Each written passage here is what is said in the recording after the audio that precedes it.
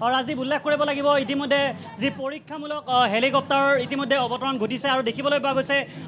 সহস্ৰাধিক লোক এনেধৰণে আচলতে এই প্ৰধানমন্ত্ৰীৰ ভাষণ এনেধৰণে ভাষণৰ সাক্ষী হ'বলৈ সহস্ৰ লোক এনেধৰণে উপস্থিত হৈছে এই দৰঙৰ যিখন আচলতে প্ৰধানমন্ত্ৰীৰ জনসভা য'ত অনুষ্ঠিত কৰা হৈছে আৰু উল্লেখ কৰিছোঁ এয়া আজি দৰংবাসীৰ বাবে এটা ঐতিহাসিক দিন যিহেতু আজি দৰঙৰ মেডিকেল কলেজৰ আনুষ্ঠানিকভাৱে আধাৰশিলা স্থাপন কৰিব দেশৰ প্ৰধানমন্ত্ৰীগৰাকীয়ে সমান্তৰালভাৱে যি কুৰুৱা ৰিং ৰোডৰ যি আধাৰশিলা স্থাপন কৰিব দেশৰ প্ৰধানমন্ত্ৰীগৰাকীয়ে আৰু অজস্ৰ লোক এনেধৰণে এই সভাগৃহত অংশ লোৱা দেখিবলৈ পোৱা গৈছে ইতিমধ্যে আমি কথা পাতিম কিছু স্থানীয় লোক আছে আমি তেওঁলোকৰ সৈতে কিছু কথা পাতিম যিহেতু দেশৰ প্ৰধানমন্ত্ৰীগৰাকী আজি ইয়াত উপস্থিত হ'ব সহস্ৰাধিক জনতাক সম্বোধন কৰিব মনত কেনে ভাৱ আজি সঁচাকৈ বহুত ভাল লাগিছে এজন দৰঙীয়া হিচাপে মঙলদৈবাসী হিচাপে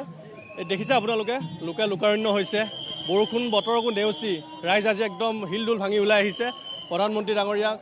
দেশৰ প্ৰধানমন্ত্ৰী জননেতা বিশ্ব নেতাক সন্মানীয় নৰেন্দ্ৰ মোদী ডাঙৰীয়াক আজি উষ্ম আদৰণি জনাবৰ কাৰণে একে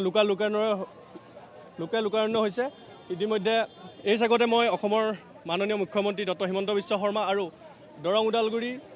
সাংসদ শ্ৰদ্ধা দিলীপ শইকীয়াদেৱক আমি মঙলদৈবাসী হিচাপে ধন্যবাদ জ্ঞাপন কৰিছোঁ তেখেতসকলৰ নেতৃত্বত আমি দৰঙে এখন মেডিকেল কলেজ পাবলৈ সক্ষম হৈছোঁ গতিকে অনাগত দিনতো তেখেতসকলৰ আমি ৰাজনৈতিক জীৱন সুন্দৰ কামনা কৰিছোঁ দেখুৱাইছোঁ এনেধৰণে যথেষ্ট সংখ্যক লোক 15 নম্বৰ ৰাষ্ট্ৰীয় ঘাইপথত এনেধৰণে এই যে প্ৰধানমন্ত্ৰীৰ জনসভাত অংশ ল'বলৈ আহিছে এইসকল লোক আমি কিছু ইয়াত উপস্থিত হ'বলৈ অহা লোকৰ সৈতে কিছু কথা পাতিম আজি দেশৰ প্ৰধানমন্ত্ৰীগৰাকীক তেওঁলোকে স্বচক্ষে দেখিবলৈ পাব